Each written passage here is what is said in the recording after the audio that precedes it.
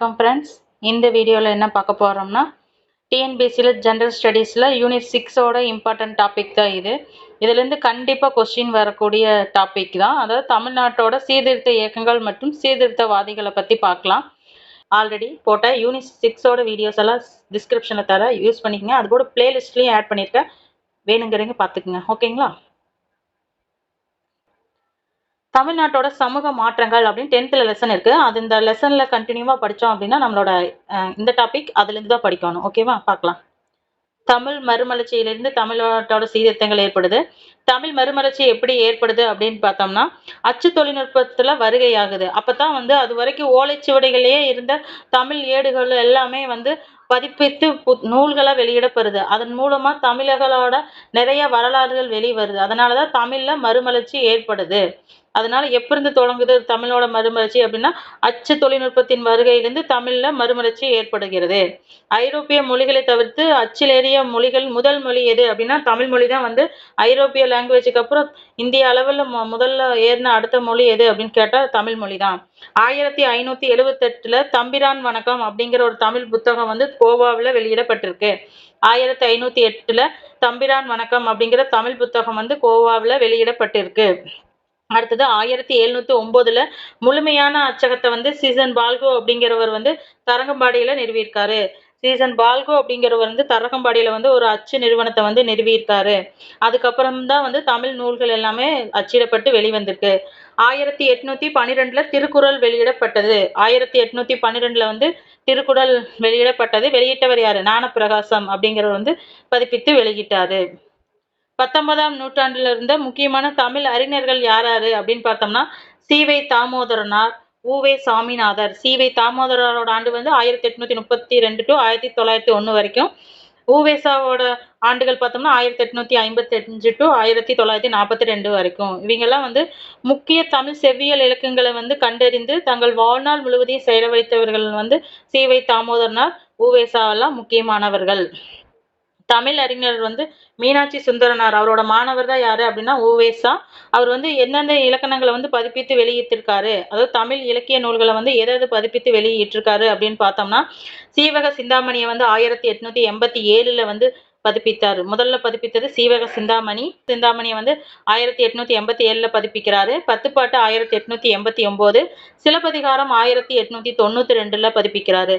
புறநானூறு 1894, புறப்பொருள் வெண்பா மாலை 1895. 1898 மணிமேகலையும், ஐங்குறு நூறை 1903 பதிற்றுப்பத்து 1904 ஆகியவற்றை பதிப்பித்து வெளியிட்டார். யாரு அப்படின்னா உ.வே.சா. 1816 புனித ஜார்ஜ் கோட்டை கல்லூரியை நிறுவியவர் யாரு அப்படின்னா F.W. எல்லிஸ்.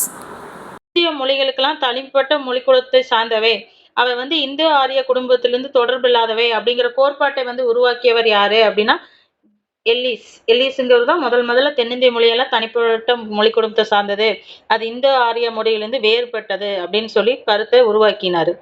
ராபர்ட் கால்டுவெல் திராவிடம் அல்லது தென்னிந்திய மொழிகளின் ஒப்பிலக்கணம் அப்படிங்கிற ஒரு தலைப்பிட்ட ஒரு நூலை 1856 வெளியிட்டாரு. அந்த நூல்ல தான் திராவிட மொழிகளை பற்றி விளக்கி இருப்பாரு.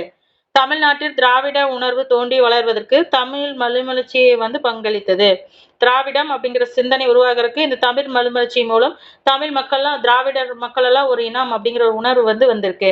இந்த சிந்தனையில் தான் பி. சுந்தரனார் எழுதப்பட்ட மனோமணியம் என்னும் நாடக நூலில் இடம்பெற்றுள்ள தமிழ் மொழி வாழ்த்து அதுலயும் நம்மளுக்கு சொல்லியிருக்காங்க. அதுக்கு அடுத்தது வள்ளலார் அப்படின்னா ராமலிங்க அடிகளார். நடைமுறையில் இருந்த இந்து சமய பழமைவாதத்தை கேள்விக்குறியாக்கியவர் யாரு அப்படின்னு கேட்டா வள்ளலார் தான். அடுத்து வள்ளலாரை பத்தி பார்க்கலாம். அப்ரஹாம் பண்டிதர்ங்கிறது தமிழ் இசைக்கு சிறப்பு செய்வதோடு தமிழ் இசை வரலாறு நூல்களையும் வெளியிட்டிருந்தாரு. தமிழ் இசைக்கு சிறப்பு செய்வதோடு தமிழ் இசை வரலாற்று நூல்களை வெளியிட்டவர் யாரு அப்படின்னா அப்ரஹாம் பண்டிதர். சி.வை. தாமோதரனார், உ.வே. சாமிநாதர், திருவிக்கா, பிரதிமா கலைஞர், மலைமடை அடிகள், சுப்பிரமணிய பாரதியார், வையாபுரி, பாரதிதாசன் ஆகியோரெல்லாம் தமிழ் புத்தெழுச்சிக்கு உதவி செய்தவர்கள். சி.வை. தாமோதரன், உ.வே.சா, திருவிக்கா, பிரதிமா கலைஞர், மலைமலை அடிகள், சுப்பிரமணிய பாரதி, வையாபுரி, பாரதிதாசன் அவங்கெல்லாம் தமிழை எழுச்சி பெறக்கு உதவி செய்தவர்கள். அடுத்தது தமிழ்நாட்டுல சமூக சீர்திருத்தவாதி. முதல்ல தோன்றிய சமூக சீர்திருத்தவாதிகள் அப்படின்னு பார்த்தோம்னா ராமலிங்கனாரும் அயோத்திதாசர் தான் வந்து முதல்ல தமிழ்நாட்டுல வந்து சீர்திருத்த கருத்துக்களை வந்து முதல்ல முன்மொழிந்தவர்கள் வந்து ராமலிங்க அடிகளாரும் அயோத்திதாசர் தான். வள்ளலார் என பிரபலமாக அறியப்பட்ட ராமலிங்க சுவாமிகள் அல்லது ராமலிங்க அடிகள் வந்து சிதம்பரத்தில் அருகே உள்ள மருதூரில் பிறந்தார். வள்ளலார் பிறந்தது எந்த ஊரு அப்படின்னா சிதம்பரம் அருகே மருதூர். அவர் வந்து துயரப்பட்டு உயிரினங்களை எல்லாம் பார்த்து இரக்கம் கொள்ளாதவர்கள் வந்து கல் நெஞ்ச காதர், அவர்கள் நாணம் மேகங்களால் மூடப்பட்டு உள்ளது அப்படின்னு சொன்னாரு. கஷ்டப்படுறவங்களை பார்த்தா மன உருகாதீங்க வந்து கல் நெஞ்சக்காரர்கள் அப்படின்னு அவரு கடிந்து கொள்றாரு. 1865ல சமரச வேத சன்மார்க்க சங்கம் அப்படிங்கிற அமைப்பை வந்து நிறுவியிருக்காரு. 1865ல சமரச வேத சன்மார்க்கம் சங்கம் அப்படிங்கிற அமைப்பை வந்து நிறுவியிருக்காரு. அதுக்கப்புறம் சமரச வேத சன்மார்க்கங்கிற பெயரை வந்து சமரச சுத்த சன்மார்க்க சத்திய சங்கம் அப்படின்னு பெயர் மாற்றம் பண்ணிட்டாரு. சமரச வேத சன்மார்க்கத்தை வந்து சமரச சுத்த சன்மார்க்க சத்திய சங்கம் அப்படின்னு பெயர் மாற்றம் செய்கிறாரு. 1866ல வந்து தென்னிந்தியாவில் ஏற்பட்ட மிகப்பெரிய பஞ்சத்துல போது பஞ்சத்தை வந்து கணக்குல பெரிய பஞ்சம் வருது. 1867லேருந்து 1866 டு 68 வரைக்கும் மிகப்பெரிய பஞ்சம் தான் தமிழ்நாட்டுல நிலவிட்டு இருந்துச்சு. அப்போ ஜாதி எல்லைகளை தாண்டி அனைவருக்குமான இலவச உணவகத்தை வடலூர்ல நிறுவினாரு. ஏற்படுத்தின அந்த இலவச உணவக திட்டம் வந்து இப்பவுமே தமிழ்நாட்டுல அனைத்து ஊர்களிலுமே வள்ளலாரோட அறக்கட்டளை சார்பா போட்டுட்டு தான் வராங்க. இலவச உணவு வந்து எல்லா ஊர்லயுமே செயல்பட்டுட்டு தான் இருக்கு.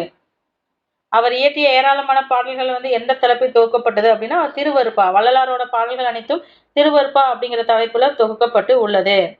அடுத்தது அயோத்திதாசர்.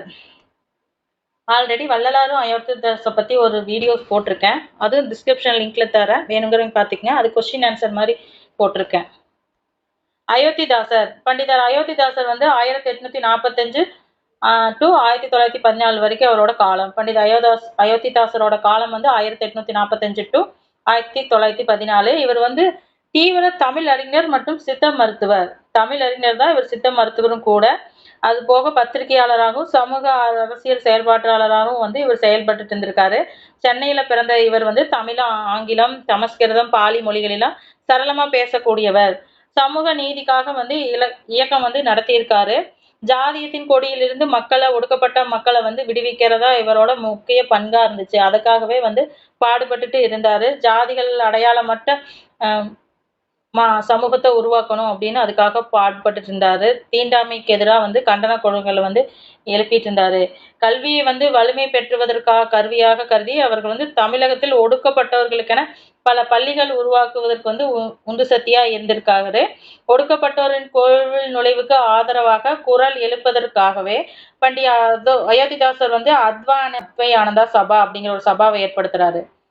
நுழையறதுக்கு ஆதரவா ஒடுக்கப்பட்டோரின் கோயில் நுழைவிற்கு ஆதரவாக அயோத்திதாசர் ஏற்படுத்திய அமைப்பு என்ன அப்படின்னா அத்வைதானந்தா சபை. அத்வைதானந்தா சபை அப்படிங்கிறது அவர் கொண்டு வந்த சபா. 1882ல அயோத்திதாசரும் ஜான் ரத்தினம் என்பவரும் சேர்ந்து திராவிடர் கழகம் அப்படிங்கிற அமைப்பை வந்து 1882ல ஏற்படுத்துறாங்க. 1882ல அயோத்திதாசரும் ஜான் ரத்தினம் சேர்ந்து திராவிடர் கழகம் அப்படிங்கிற அமைப்பை வந்து ஏற்படுத்துறாங்க. 1885ல வந்து திராவிட பாண்டியன் அப்படிங்கிற இதழை தொடங்குறாரு. அயோத்திதாசர் வந்து 1885ல திராவிட பாண்டியன் அப்படிங்கிற இதழை தொடங்குறாரு. 1891ல வந்து திராவிட மகாஜன சபை அப்படிங்கிற அமைப்பையும் வந்து நிறுவி முதல் மாநாட்டை வந்து நீலகிரியில நடத்துறாரு. ஃபர்ஸ்ட் என்ன பண்றாரு அப்படின்னா கோயில் நுழைவுக்காக வந்து ஒரு ஆதரவா ஒரு அமைப்பை வந்து அத்வைதானந்தா அப்படிங்கிற ஒரு சபாவை வந்து ஏற்படுத்துறாரு. 1882ல வந்து திராவிடர் கழகம் அப்படின்னு சொல்லி ஜான் ரத்தினத்தோட இணைந்து வந்து 82லயே திராவிட கழகத்தை உருவாக்குறாரு. 85ல வந்து திராவிட பாண்டியன் அப்படிங்கிற ஒரு இதழை வந்து தொடங்குறாரு. 85ல அதுக்கப்புறம் 1891ல வந்து திராவிட மகாஜன அமைப்பை வந்து நிறுவறாரு. அதனோட முதல் மாநாட்டை எங்க வைக்கிறாரு? நீலகிரியில நடத்துறாரு. அதுக்கு அடுத்தது பிரம்ம ஞான சபையின் நிறுவனரான கர்னல் H.S. ஹால்கட் அப்படிங்கிற ஏற்படுத்திய தாக்கத்தின் விளைவாக 1898ல வந்து இலங்கைக்கு இவர் போறாரு. இலங்கைக்கு சென்று அங்க புத்த மாநாட்டுக்காகத்தான் போறாரு. அங்க போய் இவர் புத்த மதத்தை தழுவிடுறாரு. அதே ஆண்டதில் வந்து புத்த மதத்தின் வழியே வந்து பகுத்தறிவிலான அடிப்படையிலான கருத்துக்கள் அடிப்படையில தமிழ் நூல்களில அவரு மொழிபெயர்த்திருக்காரு. அதாவது தமிழ் நூல்களை வந்து பௌத்தத்தின் அடிப்படையில மொழிபெயர்த்தும் வெளியிட்டிருக்காரு. என்னன்னா சாக்கிய பௌத்த சங்கம் அப்படிங்கிற ஒரு அமைப்பை வந்து சென்னையில ஏற்படுத்துறாரு. எப்போ அப்படின்னா 1898ல வந்து சாக்கிய பௌத்த சங்கம் அப்படிங்கிற ஒரு அமைப்பை வந்து சென்னையில வந்து அயோத்திதாசர் நிறுவுறாரு. 1907ல ஒரு பைசா தமிழன் அப்படிங்கிற வாராந்திர பத்திரிகை வந்து தொடங்கினாரு. 1907ல ஒரு பைசா தமிழன் அப்படிங்கிற வாராந்திர பத்திரிகையை தொடங்குறாரு. அதை தொடர்ந்து அவர் வந்து இறக்கும் வரையிலும் வந்து அதை வந்து தொடர்ந்து நடத்திட்டு இருந்திருக்காரு. இது வந்து அயோத்திதாசரை பத்தி முக்கியமானது. இதுல இருந்து கண்டிப்பா கொஸ்டின், வள்ளலாரும் அயோத்திதாசரும் சார்ந்த கொஸ்டின் கண்டிப்பா வரும். அடுத்தது சிங்காரவேலர். காலனி சக்தியை எதிர்கொள்வதற்காக பொதுமையுடவாதத்தையும் சமத்துவத்தையும் வளர்த்தவர் யாரு அப்படின்னா சிங்காரர் வேலர் தான். தமிழகத்துல முதல் மே தின மாநாடு ஊர்வலத்தை நடத்துறவர் யாரு அப்படின்னா சிங்காரர் வேலர் தான். பண்டிதர் அயோத்திதாசர் பெரியார் சமூக ரீதியான உரிமைகள், மடுக்கப்பட்ட ஒடுக்கப்பட்ட மக்களின் பிரிவினர் உரிமைகளுக்காக பகுத்தறிவு சிந்தனையை வந்து உயர்த்தி பிடித்திருக்கிறாங்க. அயோத்திதாசர் பெரியாரெல்லாம் சமூக நீதியாகவும் ஒடுக்கப்பட்ட மக்களுக்கு பிரிவினருக்கு உரிமைகளுக்காக போராடி பகுத்தறிவு சிந்தனைகளை வந்து மக்களிடம் வந்து விதைத்திருக்கிறாங்க. பிரதிமார் கலைஞர். பிரதிமார் கலைஞரோட இயற்பெயர் என்னன்னா சூரிய நாராயண சாஸ்திரிகள்.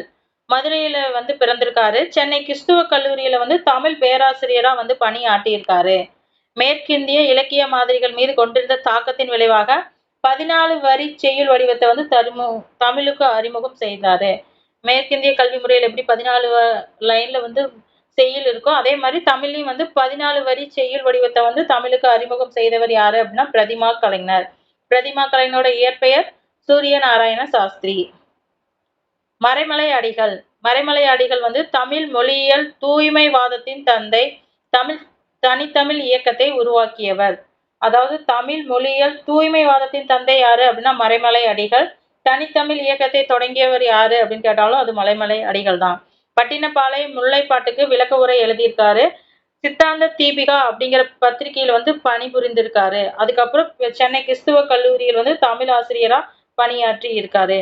பி சுந்தரனார், மோகன சுந்தர நாயக்கர் ஆகிய இருவரும் அவருடைய வாழ்க்கையில் முக்கிய செல்வாக்கோடு செலுத்தியவர்கள். மறைமலை அடிகளில் முக்கிய செல்வாக்கு செலுத்தியவர்கள் யாரு அப்படின்னா பி சுந்தரனார், மோகன சுந்தர நாயக்கர். இங்க 2 பேரும் தான்.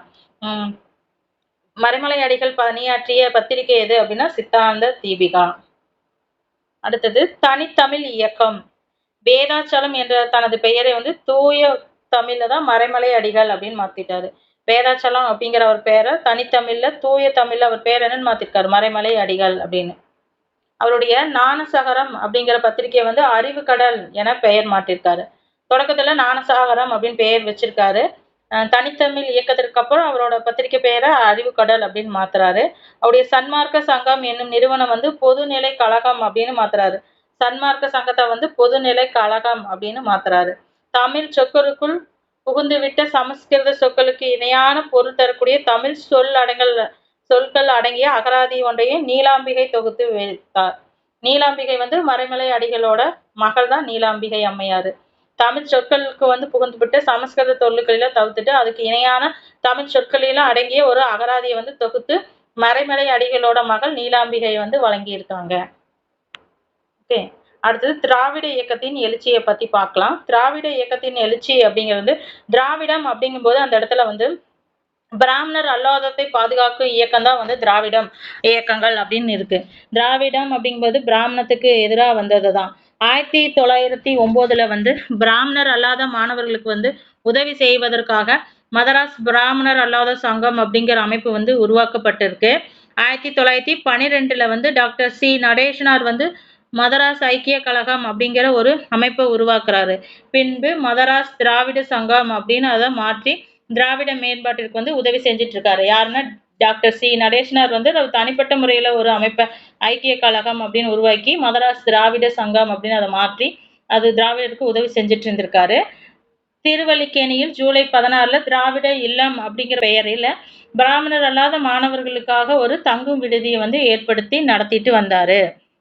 1937ல ஜேம்ஸ் பிரான்சிகோ மற்றும் இதர ஆய்வாளர்கள் வந்து பிராமண மூல ஆவணங்கள் மற்றும் தென்னிந்திய மொழிகளின் மீதான ஆய்வுகள் அப்படிங்கிற ஒரு நூலை வந்து அவங்க வெளியிட்டிருக்காங்க. எல்லிஸ் வந்து 1816லையும் கால்டுவெல் வந்து 1856லையும் வெளியிட்டிருக்காங்க. இந்திய கலாச்சாரம் என்பது ஒரே மாதிரியான தன்மை கொண்டது அல்ல என்றார்கள்.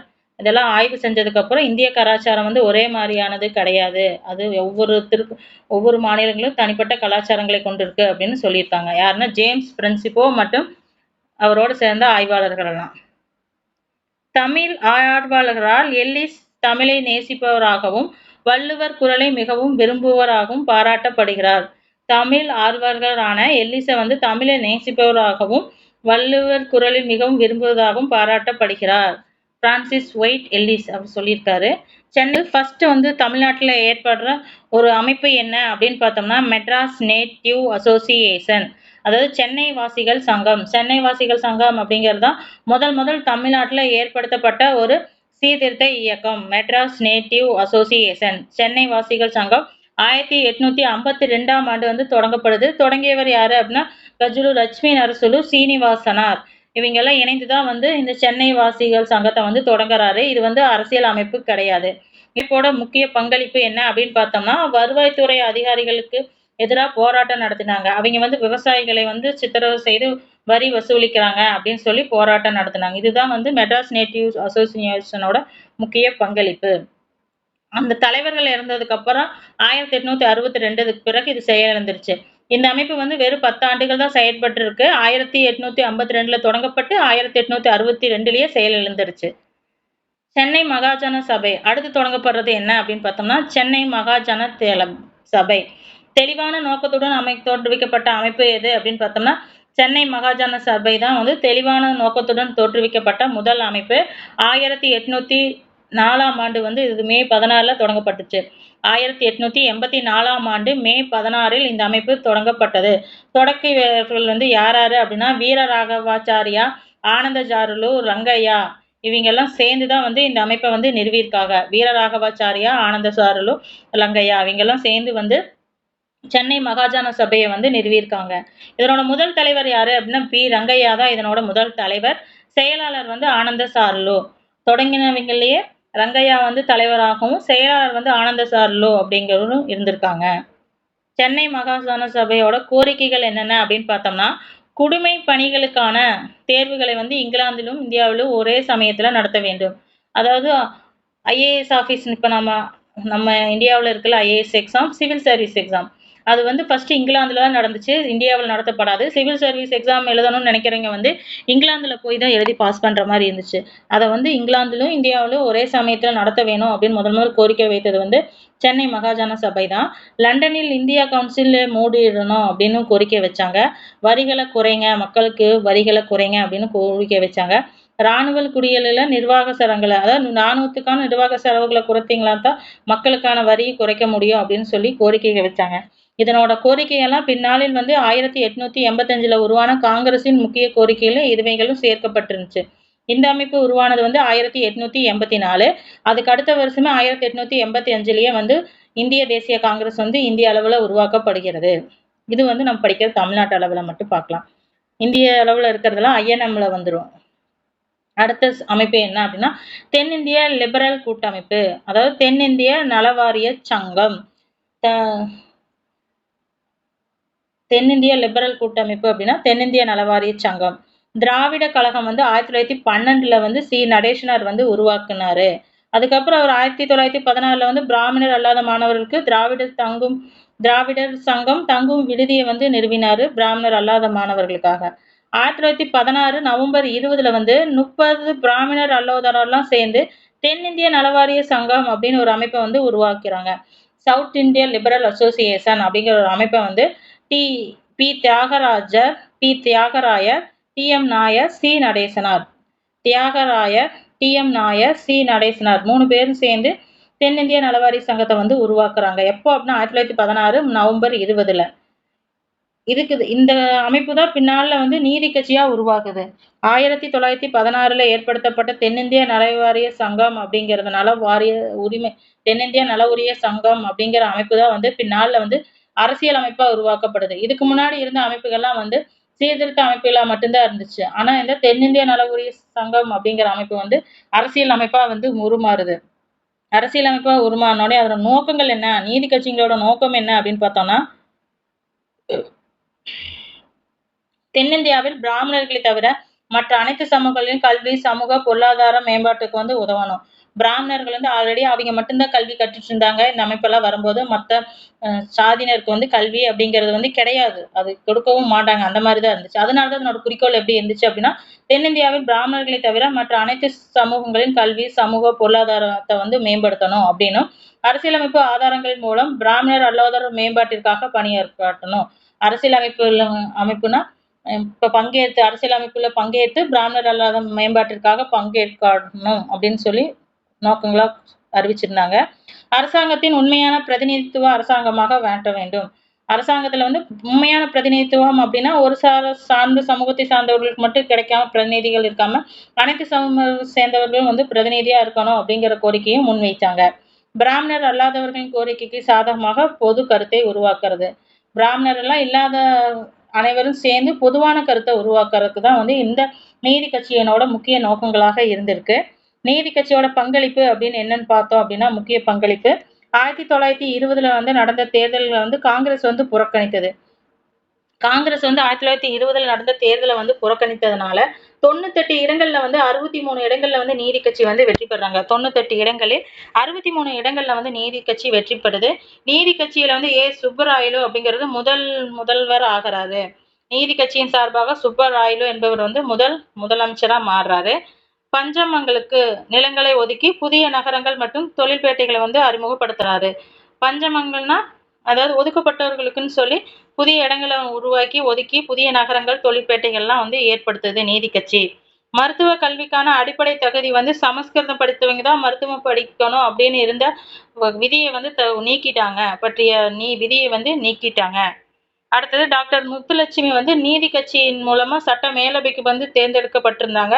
அந்த சமயத்துல தான் பார்த்தோம் அப்படின்னா முத்துலட்சுமி அம்மையார் வந்து தேவதாசி முறை ஒழிக்கப்படணும் அப்படின்னு சொல்லி சட்டமன்றத்துல தீர்மானத்தை கொண்டு வராங்க. அவங்களோட சீரிய முயற்சியால் தான் வந்து தேவதாசி முறை வந்து தமிழ்நாட்டுல வந்து ஒழிக்கப்படுகிறது. பெண்களுக்கு வந்து வாக்குரிமை வரணும் அப்படின்னும் பெண்கள் வந்து அரசியல்ல பங்கேற்கணும் அப்படின்னு சொல்லி ஒரு தீர்மானத்தை கொண்டு வராங்க. 1921 வந்து கொண்டு வராங்க. ஆனா வந்து 1921 தான் அதுக்கு அங்கீகாரமே கிடைக்குது. பெண்கள் வாக்குரிமை, பெண்கள் அரசியல் பங்கேற்கணும் அப்படின்னு சொல்லி 1921 தான் அங்கீகாரம் கிடைக்குது. அதன் பிறகுதான் வந்து 1926 டாக்டர் முத்துலட்சுமி அம்மையார் வந்து இந்தியாவின் முதல் சட்டமன்ற உறுப்பினரா தேர்ந்தெடுக்கப்பட்டாங்க. முதல் எம்எல்ஏ சட்டமன்ற உறுப்பினர் அப்படின்னா முதல் எம்எல்ஏவா வந்து பெண் எம்எல்ஏவா வந்து டாக்டர் முத்துலட்சுமி அம்மையார் வந்து தேர்ந்தெடுக்கப்படுறாங்க. நீதி கட்சி ஆட்சியில வந்து கூட்டுறவு சங்கங்கள் மேம்படுத்தப்பட்டிருக்கு. மிராஸ்தாரி முறை வந்து ஒழிக்கப்பட்டிருக்கு. 1923 பல நீர்ப்பாசன திட்டங்கள் வந்து அறிமுகப்படுத்தப்பட்டிருக்கு. அண்ணாமலை பல்கலைக்கழகம் வந்து 1929 ஆந்திரா பல்கலைக்கழகம் 1926. அதாவது அப்போ ஒருங்கிணைந்த மெட்ராஸ் மாகாணமா இருக்கும்போது உருவானது இதெல்லாம். நீதி கட்சியில இருக்கும்போது பெரியார் உள்ள வராரு. பெரியார் எப்போ வராரு அப்படின்னு பார்த்தோம்னா பெரியாரை பத்தி தனியா படிக்கலாம். அவரை பத்தி கேள்வி இல்லாம இருக்காது. அதனால பெரியாரும் தமிழக தலைவர்கள் எல்லாம் சார்ந்து ஒரே ஒரு வீடியோ போடுறேன். அதாவது அது ஐஎன்எம்க்கும் யூஸ் பண்ணிக்கலாம், தமிழ்நாட்டு ஹிஸ்டரிக்கு யூஸ் பண்ற மாதிரி வீடியோ பார்த்துக்கலாம். இதுல வந்து பேசிக் டீட்டெயில்ஸை பார்த்துடலாம். அதாவது பெரியார் வந்து 15 வருடங்கள்ல 23 முறைக்கு சிறைக்கு செல்றாரு. அதனால அவர் என்ன சொல்றோம், சிறை பறவை அப்படின்னு பெரியார சொல்றாங்க. பெரியார் வந்து 1938 வந்து தனது இந்திய எதிர்ப்பு போராட்டத்துல வந்து சிறையில அடைக்கப்படுறாரு. பின்னர் அவர் நீதி கட்சியின் அதாவது சிறையில் இருக்கும்போது நீதி கட்சியின் தலைவரா வந்து அவர் தேர்ந்தெடுக்கப்படுறாரு. எப்போ அப்படின்னா 1938. நீதி கட்சியின் தலைவரானதுக்கு பின்னாடி பெரியார் வந்து 1944 சேலம் மாநாட்டுல வந்து நீதி கட்சியோட பெயரை வந்து திராவிடர் கழகம் என பெயர் மாற்றுகிறார். இதுதான் தீகா கட்சியோட வரலாறு. நீதி கட்சியா சவுத் இந்தியன் பெடரல் அசோசியேஷனா தொடங்கி நீதி கட்சியா மாறி இப்போ திராவிட கழகமா அது மாறி இருக்கு. சுயமரியாதை இயக்கம் அப்படிங்கிறது வந்து அது சீர்திருத்த இயக்கம். இது வந்து திராவிட கழகம் அப்படிங்கிறது வந்து அரசியல் சார்ந்த இயக்கம்.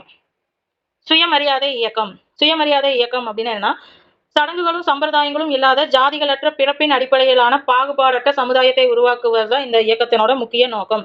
தேவையில்லாத மூடப்பழக்க வழக்கங்களை கொண்டு வரது, ஜாதி பாகுபாடுகள் எல்லாம் ஒழிக்கணுங்கிறதா இந்த இயக்கத்தோட முக்கிய நோக்கம். சுயமரியாதை இயக்கம் பிராமணர் அல்லாத இந்துக்களின் நலனுக்காக மட்டுமல்லாமல் இஸ்லாமியரின் நலனுக்காகவும் போராடி இருக்காங்க. பிராமணர் அல்லாத இந்துக்கள் நலனுக்காக மட்டும் சுயமரியாதை இயக்கம் போராடல, இஸ்லாமியரின் நலனுக்காகவும் போராடி இருக்கு. சுயமரியாதை இயக்கத்தோட நோக்கம் என்ன அப்படின்னு பார்த்தோம்னா, திராவிட சமுதாயத்தை வந்து சீர்திருத்துவது மற்றும் அதன் உண்மையான பகுத்தறிவுடையது ஆக்குவது. முதல் உண்மை நோக்கம் அப்படின்னா பகுத்தறிவை வந்து மக்களிடையே வளர்க்கறது தான் வந்து சுயமரியாதை இயக்கத்தோட நோக்கம். திராவிடரின் பண்டைய தமிழ் பண்பாட்டினை அவர்களுக்கு கற்பித்தல். நம்மளோட உண்மையான தமிழ் பண்பாடு என்ன அப்படிங்கறத நமக்கு கற்பிக்கணும். ஆரிய பண்பாட்டின் ஆதிக்கத்திலிருந்து திராவிட சமூகத்தை காப்பாற்றுதல். ஆரிய பண்பாட்டின் மூலியமா நம்ம மீது திணித்த பழக்க வழக்கங்கள் இருந்தெல்லாம் நம்மளை விடுவிக்கிறதா வந்து சுயமரியாதை இயக்கத்தோட நோக்கம். மூட நம்பிக்கையான நடவடிக்கைகள் நீக்குவதன் மூலம் இந்து மதத்தின் சீர்திருத்துவதுடன் பிராமணர்களின் செல்வாக்கை வந்து குறைக்கிறதா இதனோட முக்கிய நோக்கங்கள். பெரியார் பெரியார் வந்து ராஜாஜி அரசாங்கம் இந்தியை கட்டாய பாடமாக்கும் அப்படின்னு முடிவெடுத்த உடனே தமிழ் மொழி மற்றும் பண்பாட்டை அழித்துவிட வட இந்திய ஏகாதிபத்தை நிறுவும் முயற்சி அப்படின்னு சொல்லி இந்திய எதிர்ப்பு போராட்டம் வந்து நடத்தினாரு. அதன் காரணமாகத்தான் வந்து 15 ஆண்டுகள்ல வந்து 23 முறை அவர் வந்து சிறைவாசம் செஞ்சிருக்காரு. வைக்கம் சத்தியாகிரக போராட்டத்துல வந்து தனது சிறப்பான தலைமை அளித்தவுடன் காங்கிரஸ் கட்சி நிறுவிய சேரன்மா தேவி குருகுல கல்விக்கூடத்துல நடந்த ஜாதிய பாகுபாட்டை எடுத்து பிரச்சாரம் செய்திருக்காரு. பெரியார் வந்து தன்னுடைய திட்டங்களை காங்கிரஸ் கட்சியில ஏற்றுக்கொள் செய்வதில் எடுத்த முயற்சி. பெரியார் வந்து காங்கிரஸ் கட்சியில தான் இணைஞ்சிருப்பாரு. அவர் 1919 வந்து காங்கிரஸ்ல இணைஞ்சிருப்பாரு. ஆனா காங்கிரஸ் கட்சி வந்து அவர் சொன்னதை எதையுமே கேட்காது. அவர் சீர்திருத்த கருத்துக்கள் எல்லாம் சொல்லுவாரு, அதை எதையுமே ஏத்துக்க மாட்டாங்க. இட ஒதுக்கீடு கேட்டிருப்பாரு, அதுவும் தர மாட்டாங்க. அதனால அந்த கட்சியிலிருந்து விலகி 1925 காங்கிரஸ்ல இருந்து விலகி சுயமரியாதை இயக்கத்தை வந்து 1925 தான் பெரியார் தொடங்குறாரு. சுயமரியாதை இயக்கம் அப்படிங்கிறது வந்து தேர்தல் அரசியலை வந்து தவிர்த்துட்டாங்க. சமூக சீர்திருத்தம், ஜாதி முறை ஒழிப்பு, மாண்பற்ற தன்மையை நீக்கிறது, பெண்கள் மீதான பாலியல் அடிப்படையிலான தடை நீக்கம், பரம்பரை அர்ச்சகர் உரிமையை எதிர்ப்பது போன்றவற்றுக்கெல்லாம் பிரச்சாரம் செய்தது எது அப்படின்னா சுயமரியாதை இயக்கம். பெண் விடுதலையில் சுயமரியாதை இயக்கம் வந்து பங்கு ஒரு மிகப்பெரியதா இருந்துச்சு. பாடுபட்டதுனால பெண்கள் மாநாட்டுல தான் ஈவேரா ராமசாமிக்கு பெரியார் அப்படிங்கிற பட்டம் வந்து கொடுக்கப்பட்டிருக்கு. பெரியாரோட 4 ஏடுகள் என்னென்ன அப்படின்னு பார்த்தோம்னா, குடியரசு, புரட்சி, விடுதலை, ரிவால்ட், பகுத்தறிவு. பெரியாரோட 4 ஏடுகள் என்னென்ன அப்படின்னா, குடியரசு, புரட்சி, விடுதலை, ரிவால்ட், பகுத்தறிவு. சமூக பிரச்சனைகள் தொடர்பான கருத்துக்களை எழுதினார். அதனால வந்து இவர் என்னன்னு சொல்றாரு, சித்திரபுத்திரன் அப்படிங்கிற புனைப்பெயர்லயும் கட்டுரைகள் எழுதியிருக்காரு. சமூக பிரச்சனைகளையும் எழுதியிருக்காரு பத்திரிகையில. சித்திரபுத்திரன் அப்படிங்கிற பெயர்ல சமூக கட்டுரைகளையும் எழுதியிருக்காரு.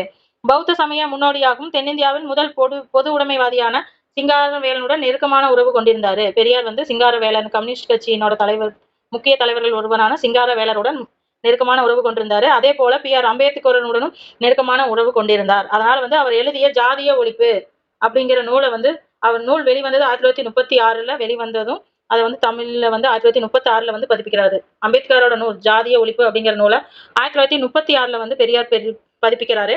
அம்பேத்கர் வந்து ஒடுக்கப்பட்ட மக்களுக்கான தனி தேர்தல் தொகுதியை கோரிக்கை வைத்தாரு. தனி தேர்தல் தொகுதி அப்படின்னு அந்த கோரிக்கையை வந்து பெரியாரும் ஆதரிச்சிருக்காரு. தன்னோட 94வது வயதுல வந்து அவர் இயற்கையை எழுதியிருக்காரு. பெண்ணினம் குறித்து அவர் எழுதிய முக்கியமான நூல் என்ன அப்படின்னு கேட்டா, பெண் ஏன் அடிமையானால் அப்படிங்கிற நூல் பெரியார் எழுதிய முக்கியமான நூல். திருக்குறளில் எடுக்கப்பட்ட வாழ்க்கை துணை என்ற வார்த்தையை பயன்படுத்த வேண்டினார். திருமணம் செய்து கொடுக்காம வாழணும் அப்படிங்கறத அவரு, அதாவது பெண்கள் மேல சடங்குகள் சம்பிரதாயங்களுக்கெல்லாம் பெண்களை பயன்படுத்தாதீங்க அப்படின்னு வன்மையா கண்டிச்சவரு. பெண்களுக்கு வந்து சொத்துரிமை வழங்கப்படுவதை வந்து பெரியார் வலியுறுத்தியிருக்காரு. 1989 தமிழக அரசு மாற்றங்களை விரும்பிய சீர்திருத்தவாதிகள் கனவை நினைவாக்கும் வகையில் தமிழ்நாடு இந்து வாரிசுரிமை சட்டம் வந்து 1989 வந்து நிறைவேற்றப்பட்டிருக்கு. அடுத்த முக்கியமான தலைவர் யாருன்னா இரட்டைமலை சீனிவாசன். இவர் வந்து ஒடுக்கப்பட்டோர் மக்களின் நலனுக்காக போராடியவர் தான். இரட்டைமலை சீனிவாசன் வந்து 1859 வந்து காஞ்சிபுரத்துல பிறந்தாரு. சமூக நீதி, சமத்துவம், சமூக உரிமைகளுக்காக போராடியவர். தன்னலமற்ற சேவைக்காக ராவ் சாஹிப், ராவ் பகதூர், திவான் பகதூர் போன்ற பட்டங்கள்லாம் இவருக்கு தரப்பட்டது. ராவ் சாஹிப், ராவ் பகதூர், திவான் பகதூர் போன்ற பட்டங்கள் வந்து இவருக்கு வழங்கப்பட்டிருக்கு. சுயசரிதையான ஜீவிய சரித சுருக்கம் அப்படிங்கிற நூலை 1939 வெளியிட்டிருக்காரு. ஜீவிய சரித சுருக்கம் அப்படிங்கிற நூலை எப்ப வெளியிட்டாருன்னா 1939 முதலா எழுதப்பட்ட சுயசரிதை நூல் அப்படின்னு இது சொல்லப்படுது. முதல்ல எழுதப்பட்ட சுயசரிதை நூல் அப்படின்னா சரித சுருக்கமும் ஒண்ணு. 1893 ஆதி திராவிட மகாஜன சபை அப்படிங்கிற அமைப்பை வந்து உருவாக்கினார். இரட்டைமலை சீனிவாசன் உருவாக்கின அமைப்பு என்ன அப்படின்னா 1893 ஆதி திராவிட மகாஜன சபை அப்படிங்கிற அமைப்பை வந்து உருவாக்கியவர் யாரு அப்படின்னா இரட்டைமலை சீனிவாசன். ஒடுக்கப்பட்ட மக்களின் கூட்டமைப்பு மற்றும் சென்னை மாகாண ஒடுக்கப்பட்ட வகுப்பினர் கூட்டமைப்பு ஆகிய அமைப்புகளுக்கு தலைவராக இருந்திருக்காரு. ஒடுக்கப்பட்ட மக்களின் கூட்டமைப்பு மற்றும் சென்னை மாகாண ஒடுக்கப்பட்ட வகுப்பினர் கூட்டமைப்புகளுக்கெல்லாம் வந்து தலைவரா வந்து இரட்டைமலை சீனிவாசன் இருந்திருக்காரு. பி.ஆர். அம்பேத்கருடன் நெருக்கமான உறவு கொண்டிருந்தாரு. லண்டன்ல நடைபெற்ற முதல் 2ஆம் வட்டமேஜை மாநாடுகள்ல வந்து அம்பேத்கருடன் இவரும் சேர்ந்து கலந்திருக்காரு. ஒடுக்கப்பட்ட மக்களின் பிரதிநிதியா இவர் போய் கலந்திருக்காரு. 1932 செய்து கொள்ளப்பட்ட பூனா ஒப்பந்தத்தில் கையெழுத்திட்டவர்கள் இவரும் ஒருவர். இரட்டைமலை சீனிவாசனும் பூனா ஒப்பந்தத்துல கையெழுத்திட்டு இருக்காரு. அடுத்தது மயிலை சின்னத்தம்பி ராஜா. மயிலை சின்னத்தம்பி ராஜா அப்படிங்கிறவர் வந்து மக்களால் MC ராஜா அப்படின்னு அழைக்கப்பட்டவர். இவரும் ஒடுக்கப்பட்ட வகுப்பை சார்ந்த தலைவர்கள் முக்கியமானவர். ஆசிரியப்பணி செய்து பல்வேறு பாட புத்தகங்களை வந்து எழுதியிருக்காரு.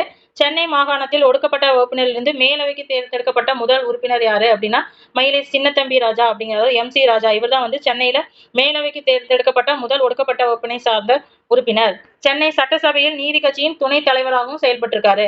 சென்னை சட்டசபையில நீதி கட்சியின் துணைத் தலைவரா வந்து இவர் செயல்பட்டிருக்காரு. 1928 அகில இந்திய ஒடுக்கப்பட்டோர் சங்கம் அப்படிங்கிற அமைப்பை ஏற்படுத்தினாரு. அகில இந்திய ஒடுக்கப்பட்டோர் சங்கம் அப்படிங்கிற அமைப்பை ஏற்படுத்தினது யாருன்னா மயிலை சின்னத்தம்பி. அதே வந்து ஆதிராவிட மகாஜன சபையை ஏற்படுத்தியவர் யாரு அப்படின்னா இரட்டைமலை சீனிவாசன். அடுத்தது இந்திய எதிர்ப்பு போராட்டம். இது முக்கியமானது. தமிழ்நாட்டு அரசியல்ல முக்கிய பங்கெடுப்பு வைக்கக்கூடியது. 1937 ஆண்டு சென்னை மாகாணத்தில் தேர்தலில் வெற்றி பெற்று ராஜாஜி வந்து முதல் அமைச்சர் ஆனாரு. ராஜாஜி வந்து முழுமையான மதுவிலக்கு மற்றும் ஜமீன்தாரி முறை ஒழிப்பை வந்து நடைமுறைப்படுத்தினாரு. முழுமையான மதுவிலக்கு மற்றும் ஜமீன்தாரி முறை ஒழிப்பையும் அமல்படுத்தினாரு. மேலும் ஒடுக்கப்பட்டோர் ஆலய நுழைவுக்கு தடையை நீக்கும் சட்டத்தையும் கொண்டு வந்தாரு. ஒடுக்கப்பட்டவர் வந்து ஆலயத்துக்குள்ள போகக்கூடாது அப்படின்னு தடையும் நீக்கவும் சட்டம் கொண்டு வந்தது யாருன்னா ராஜாஜி. இது முக்கியமானது. ராஜாஜியோட முக்கிய சீர்திருத்தங்கள் வந்து மதுவிலக்கு அமல்படுத்தினாரு, ஜமீன்தாரி முறையை ஒழிச்சாரு, ஒடுக்கப்பட்டவர் வந்து ஆலய நுழைவுக்கு வந்து இந்த தடையை நீக்கும் சட்டத்தையும் கொண்டு வந்தாரு. இந்திய மொழியை கட்டாயமாக பள்ளிகளில் அறிமுகப்படுத்திய நடவடிக்கை வந்து பல பள்ளிக்கூடங்களில் மூடுவதற்கு காரணமானது. இந்தி மொழி வந்து பள்ளியில கட்டாயமா இருக்கணும் அப்படின்னு இவர் கொண்டு வந்தாரு. 1937 ஆண்டு இந்திய எதிர்ப்பு போராட்டத்திற்கு அனைவரும் ஒன்று சேர்ந்தார்கள். பெரியார் உட்பட ஆயிரக்கணக்கான போராட்டக்காரர்களா கைதாயிருக்காங்க. அடுத்தது 1944 சேலம் மாநாடு. 1944 பெரியார் தலைமையில் நடைபெற்ற சேலம் மாநாட்டில் பெரியாரின் தளபதியான CN அண்ணாதுரை நீதி கட்சியின் பெயரை திராவிட கழகம் என்று மாற்றினாரு. இது முக்கியமான சேலம் மாநாடு. இந்திய எதிர்ப்பு போராட்டம் 1965 வந்து ஜனவரி மாதம் 26ஆம் நாள் இந்திய அரசு சட்டம் உறுப்பு 313 படி இந்திய மொழி நாட்டின் அலுவலக மொழியாக அறிவிக்கப்பட்டது. 1965ஆம் ஆண்டு ஜனவரி 26ஆம் நாளை வந்து திமுக துக்க தினமாக அனுசரிக்க தீர்மானித்தது. இதுல பல தலைவர்கள் வந்து கைது செய்யப்பட்டார்கள்.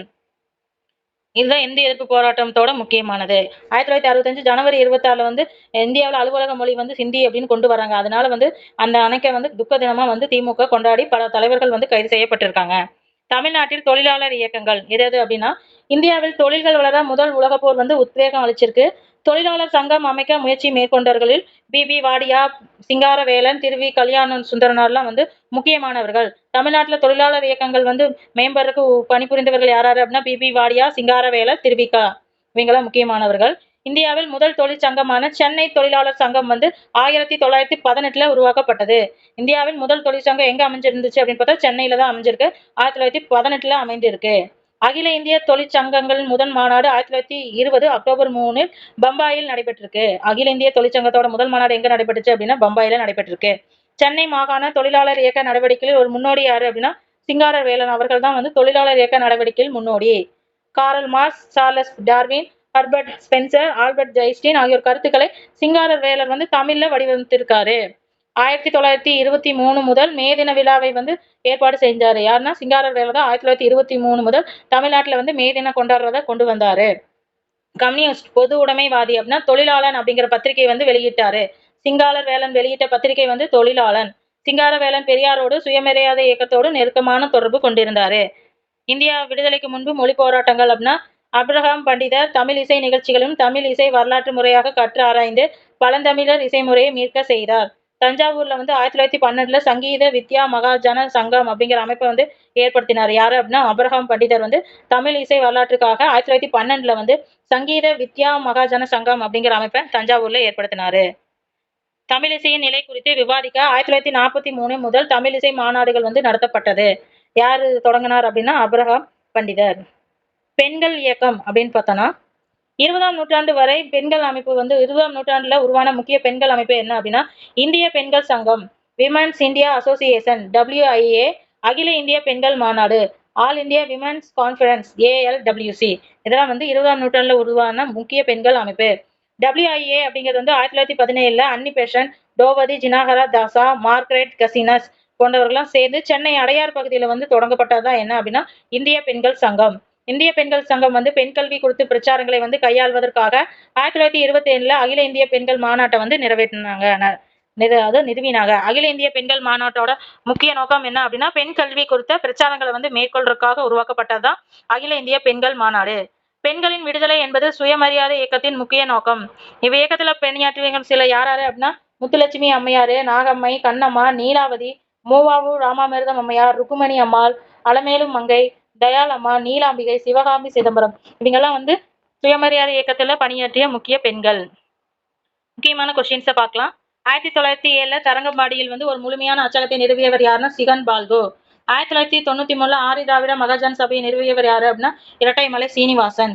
இந்தியாவில் நன்கு ஒழுங்கமைக்கப்பட்ட தொழிற்சங்கங்கள் வந்து எப்போ உருவாக்கப்பட்டுச்சுன்னா 1918 சென்னையில உருவாக்கப்பட்டுச்சு. அரசு அதிகாரிகளை தேர்வு செய்ய எந்த ஆணையம் வந்து நீதி கட்சியால் நிறுவப்பட்டுச்சு அப்படின்னா பணியாளர் தேர்வு ஆணையம் வந்து நீதி கட்சியால் உருவாக்கப்பட்டது. சென்னை மாகாணம் ஒடுக்கப்பட்ட வகுப்பிலிருந்து முதல் முறையாக சட்ட மேலவைக்கு தேர்ந்தெடுத்தவர் யாரு அப்படின்னா MC ராஜா அப்படிங்கிறது. சின்னத்தம்பி ராஜா அப்படிங்கிறது MC ராஜா. முதலாக அச்சேரிய ஐரோப்பிய மொழி அல்லாத மொழி எது அப்படின்னு கேட்டா தமிழ் தான் வந்து ஐரோப்பிய இல்லாத மொழிகள் அச்சேரிய முதல் மொழி தமிழ். புனித ஜார்ஜ் கோட்டையில் கல்லூரியை உருவாக்கியவர் FW எல்லிஸ் அப்படிங்கிறவர் தான் வந்து ஜார்ஜ் கோட்டையில கல்லூரியை உருவாக்கினாரு. யாரு தமிழ் மொழியின் தூய்மைவாதத்தின் தந்தை என கருதப்படுகிறார் அப்படின்னா மறைமலை அடிகள் தான் தமிழ் மொழியின் தூய்மைவாதத்தின் தந்தை. தேர்தல் அரசியலில் பெண்கள் பங்கேற்பதை முதலில் அங்கீகரித்தது என்னன்னா நீதி கட்சி 1921 தான் முதல்ல அங்கீகரித்தாங்க. சூரிய நாராயண சாஸ்திரி என்னும் பெயரை பிரதிமா கலைஞர் என மாற்றம் செய்தார். யார் வந்து தமிழ் இசைக்கு முக்கியத்துவம் கொடுத்தார் அப்படின்னா அப்ரஹாம் பண்டிதர் தான் தமிழ் இசைக்கு வந்து முக்கியத்துவம் தந்தவர். இந்தியாவின் முதல் சட்டமன்ற உறுப்பினர் யாருன்னா டாக்டர் முத்துலட்சுமி அம்மையார். சட்ட மேலவைக்கு தேர்ந்தெடுக்கப்பட்டாங்க. திராவிடர் இல்லம் அப்படிங்கிறது வந்து நடேசனார் தொடங்கினது. தொழிலாளர் அப்படிங்கிறது வந்து சிங்காரன் வேலனுடையது. தமிழ் இயக்கத்தை தொடங்கியவர் வந்து மறைமலை அடிகள். ஜீவிய சரித சருக்கம் அப்படிங்கிறது வந்து இரட்டைமலை சீனிவாசன் உடையது. சரியான கூற்றை தேர்ந்தெடுக்கணும். எது சரியானது அப்படின்னு பார்த்தோம் அப்படின்னா மிக முன்னதாக வெளியிடப்பட்ட தமிழ் இலக்கிய நூல்கள் ஒன்றாக திருக்குறள் வந்து 1812 தான் வெளியிடப்பட்டது. சரி. பனையோலையில் எழுதப்பட்ட பல்வேறு தமிழ் இலக்கண இலக்கிய கையெழுத்து பிரதிநிதிகள் வந்து மறைமலைகள் சேகரித்து கொடுத்தார். மறைமலை அடிகள் சேகரித்து தொகுத்தார் அப்படின்னா மறைமலை அடிகள் தொகுக்கவில்லை, உவே சாமிநாதர் ஐயர் தான் சேகரித்து தொகுத்தாரு. ராபர்ட் கால்டுவெல் திராவிட மொழிகளின் சமஸ்கிருதத்துக்கும் இடையில் இல்லாத ஒப்புமை திராவிட மொழிகளுக்கு இடையே நிகழ்வதை நிரூபித்தார். தமிழ் மொழியின் தொன்மையும் நிரூபித்தார் அப்படின்னா சரிதான். திருவி கல்யாண சுந்தரனார் தொழிற்சங்க இயக்கங்களின் தொடக்க கால முன்னோடியாக இருந்தார் அப்படின்னா இல்ல, அது வந்து சிங்காரன் வேலன் தான் வந்து தொழிற்சங்க இயக்கங்கள் முன்னோடியா இருந்திருக்காரு. அடுத்தது முக்கிய கூற்று என்னன்னா சென்னை மாகாணம் 1920 முதல் 1937 வரை நீதி கட்சியின் ஆட்சியில இருந்திருக்கு. சரி. இக்காலகட்டத்தில் இரட்டை ஆட்சிக்கு எதிராக காங்கிரஸ் கட்சி சட்டமன்றத்தை புறக்கணித்தது அப்படின்னாலும் சரி. 1958 வந்து தம்பிரான் வணக்கம் அப்படிங்கிற நூல் எங்க வெளியிடப்பட்டுச்சு அப்படின்னா கோவாவில். எந்த ஆண்டு முழுமையான அச்சகம் சிகுன் பால்க் என்பவரால் தரங்கம்பாடியில் நிறுவப்பட்டுச்சு அப்படின்னா 1709. திருக்குறள் வெளியிடப்பட்டது 1812. டேஸ் பழையோலையில் கையால் எழுதப்பட்ட பல தமிழ் இலக்கண இலக்கிய நூல்களை பதிப்பித்தவர் சி.வை. தாமோதரனார் தான் பதிப்பித்தாரு. எந்த கோட்டையில் வந்து புனித ஜார்ஜ் கோட்டையில் கல்லூரி FW எல்லிஸால் நிறுவப்பட்ட ஆண்டு 1814 நிறுவியிருக்காரு. டேஸ் என்பவரால் மனோமணியம் என்னும் நாடக நூல் எழுதப்பட்டனா சுந்தரனார். தமிழ் மீது கொண்டிருந்த பற்றின் காரணமாக தமிழறிஞர் தமிழ் பெயரை என்னன்னு சொல்லியிருந்தாரு சமஸ்கிருத செல்வாக்கு.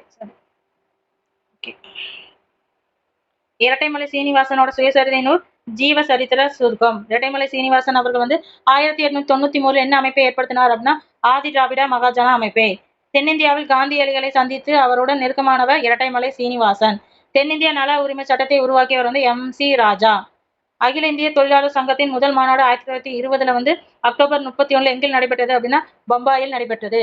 1923 மே தின விழாவை சென்னையில் ஏற்பாடு செய்தவர் வந்து சிங்கார வேலர். டேஸில் இந்திய பெண்கள் மாநாடு பூனேவில் நடைபெற்றது அப்படின்னா 1927 வந்து இந்திய பெண்கள் மாநாடு வந்து பூனேவில் நடைபெற்றது. டேஸ் நிலை குறித்து விவாதிக்க 1943 முதல் தமிழிசை மாநாடு வந்து நடத்தப்பட்டது வந்து தமிழிசை மாநாடு குறித்து விவரிக்கிறதுக்கு நிறுவியவர் யாரு அப்படின்னா அப்ரஹாம் பண்டிதர். இந்திய பெண்கள் சங்கம் 1917 அன்னி பெசன்ட் மற்றும் மார்கரெட் கசின்ஸ் ஆகியோரால் எங்கு தொடங்கப்பட்டது அப்படின்னா சென்னையில அடையாறுல தொடங்கப்பட்டது. தமிழ் செவ்வியல் இலக்கியங்கள் கண்டறிய தம் வாழ்நாள் முழுவதும் சேவைத்தவர்கள் யாருன்னா சி.வை. தாமோதரனாரும் உவே சாமிநாதர் ஐயரும். தம் இசைக்கு சிறப்பு செய்வதோடு தமிழ் இசை வரலாறு குறித்த நூல்களை வெளியிட்டவர் யாருன்னா அப்ரஹாம் பண்டிதர். சென்னை பல்கலைக்கழகம் தமிழை ஒரு வட்டார மொழி என அழைக்கக்கூடாது என்று கூறியவர் யார் அப்படின்னா பிரதிமா கலைஞர். சங்க இலக்கிய நூல்களை பட்டினப்பாலை முல்லைப்பாட்டில விளக்கவுரை எழுதியவர் மறைமலை அடிகள். டேஸ் ஞானசேகரம் என்னும் பத்திரிகையை அரபிக்கடல் என மாற்றியவர் யாரு மறைமலை அடிகள். சென்னை மாகாண சபையில் மக்கள் தொகை கணக்கெடுப்பு நடந்த ஆண்டு 1911. டாக்டர் நடேசனார் சென்னை திருவல்லிக்கேணியில் திராவிடர் இல்லம் என்னும் தங்கும் விடுதியை வந்து ஆரம்பித்தாரு. டேஸ் நாட்டில் பிராமணர் அல்லாத நம்பிக்கையாக விளங்கியது வந்து நீதி கட்சி. பெரியார் இளைஞராக இருந்தபோது வீட்டை விட்டு வெளியேறி அவர் பல மாதங்கள் எங்கு தங்கியிருந்தாருன்னா வாரணாசியில தங்கியிருந்தாரு. தேவதாசி ஒழிப்பு சட்டம் ஏற்ற முனைப்புடன் செயல்பட்டவர் முத்துலட்சுமி அம்மையார். மது விலக்கிற்கு ஆதரவாக தன் தோப்பில் இருந்த தென்னை மரங்களை வெட்டியவர் பெரியார். டேஸ் என்னும் சித்திரப்பெயரில் பெரியார் கட்டுரை எழுதினார் அப்படின்னா சித்திரபுத்தன். அம்பேத்கர் எழுதிய சாதி ஒழிப்பு நூலை தமிழில் மொழிபெயர்த்தவர் பெரியார். இரண்டாம் வட்டமேஜை மாநாட்டில் கலந்து கொண்ட சமூகத்தின் விளிம்பு நிலை மக்களின் கருத்தை குரல் கொடுத்தவர் இரட்டைமலை சீனிவாசன். 1928 அகில இந்திய ஒடுக்கப்பட்டோர் சங்கம் அப்படிங்கிற அமைப்பை ஏற்படுத்தி அதன் தலைவராக பணியாற்றியவர்னா மயிலை சின்னத்தம்பி ராஜா. சென்னை மாகாணத்தின் தொழிலாளர் சங்கங்களை அமைப்பதில் முன்னோடியாக விளங்கியவர் சிங்காரவேலன் திருவிக்கா. சிங்காரவேலன் தொழிலாளர்களின் பிரச்சனையை வெளிப்படுத்த எந்த பத்திரிகையை அமைச்சார் அப்படின்னா தொழிலாளன் அப்படிங்கிற பத்திரிகையை நிறுவினாரு. அடுத்தது 1930 சென்னை சட்டமன்றத்தில் சென்னை மாகாணத்தின் இந்து கோயில்களின் பெண்கள் அமர்வதை தடுப்பது என்ற மசோதாவை அறிமுகப்படுத்தியவர் டாக்டர் முத்துலட்சுமி அம்மையார். பெரியார் ஆணாதிக்க சமூகத்தை விமர்சித்தார் சரி. முதல் சுயமரியாதை மாநாடு பெண்களில் மோசமான நிலை குறித்து குரல் கொடுத்த துவங்கினார் சரி. வேதாச்சலம் அப்படின்னு பெயர் கொண்டவர் மறைமலை அடிகள். வரி செய்யுள் வடிவத்தை அறிமுகப்படுத்தியவர் பிரதிமா கலைஞர். தம்பிரான் வணக்கம் அப்படிங்கிறது முதல் தமிழ் புத்தகம். பகுத்தறிவு பத்திரிகை எது அப்படின்னு பார்த்தோம்னா ரிபோல்டு. இரட்டைமலை சீனிவாசனை திவான் பகதூர் அப்படின்னு சொல்லுவோம். அது முதல் பொது உடைமைவாதி அப்படின்னா சிங்காரவேலன் தான். அம்பேத்கருடன் நெருக்கமா இருந்தவர் இரட்டைமலை சீனிவாசன். மெரினா கடற்கரையில உழைப்பாளர் சிலை இருக்கு மெரினா கடற்படையில. இந்தி திணிப்பு ராஜாஜி கொண்டு வந்தாரு. 1917 இந்திய பெண்கள் சங்கம் மார்கரெட் கசின்ஸ் அப்படிங்கிறவரால ஏற்படுத்தப்பட்டது. திராவிட இயக்கங்களோட அடிப்படை கொள்கைகள் நீதி கட்சியாக ஈவேரா தொடங்கியதுல திராவிடர் கழகம் அப்படின்னு பெயர் மாற்றப்பட்டுச்சு. 1949 திராவிடர் கழகம் மூட நம்பிக்கைக்கு எதிராக பிரச்சாரம் செஞ்சுட்டு வந்தாங்க. பெரியார் திராவிட நாடு தனித்தமிழ் நாடு அப்படிங்கிற கோரிக்கை முன்வைத்தாரு. ஆனா அண்ணாதுரை அதுல இருந்து விலகி இருந்தாரு. பெரியார் அரசியல் கட்சியா தொடங்கக்கூடாது அப்படின்னாரு. ஆனா அண்ணா தேர்தலில் போட்டியிடும் அப்படின்னு சொல்லிட்டு இருந்தாரு. அதனால பெரியாரோட மறுமணத்தை காரணம் காட்டி 1949 அண்ணா விலகி திராவிட முன்னேற்ற கழகம் அப்படிங்கிற ஒரு தனி கட்சியை செப்டம்பர் 17 தொடங்குறாரு. 1949 செப்டம்பர் 17 திராவிட முன்னேற்ற கழகம் அப்படிங்கிற அமைப்பை அண்ணா தொடங்குறாரு. பெரியார் 1957 தேர்தலை காங்கிரஸை முழுமையா ஆதரிக்காரு. அத்தேர்தலில் காங்கிரஸ் வெற்றி பெற்றுச்சு. திராவிட முன்னேற்ற கழகம் 15 இடங்கள்ல பிடிச்சிருந்தாங்க. 1957 உச்ச நீதிமன்றமானது உயர்கல்வியில் சாதிவாரி இடஒதுக்கீடை உடைத்து எறிந்தது. உடனடியாக பெரியார் திராவிட கழகம் மீண்டும் ஜாதிவாரி ஒதுக்கீட்டை திரும்ப பெற போராட்டத்தை துவங்கியது. திராவிட முன்னேற்ற கழகம் இந்த போராட்டத்துல சேர்ந்துட்டாங்க. இதனைத் தொடர்ந்து சமூக மற்றும் கல்வி அடிப்படையில் பின்தங்கிய ஒதுக்கப்பட்ட வகுப்பினருக்கு சாதகமான இட ஒதுக்கீட்டை அளிக்கும் முதலாவது நாடாளுமன்ற சட்ட திருத்தம் இயற்றப்பட்டுச்சு.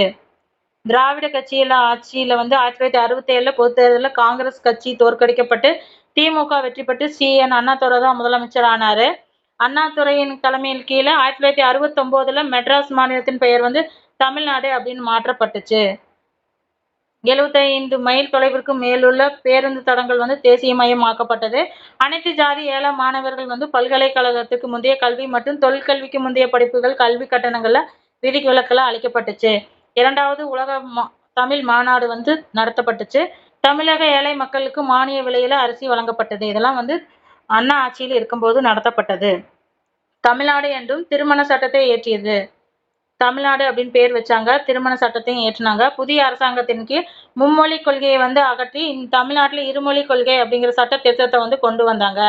முதல்ல மலிவு விலையில அரிசி திட்டத்தை அறிமுகப்படுத்துறாங்க. அவர் பின்னாடி கருணாநிதியும் அதை தான் பண்ணாங்க. 1972 எம்ஜிஆர் ராமச்சந்திரன் தன்னுடைய திராவிட கட்சியை தொடங்கினாரு.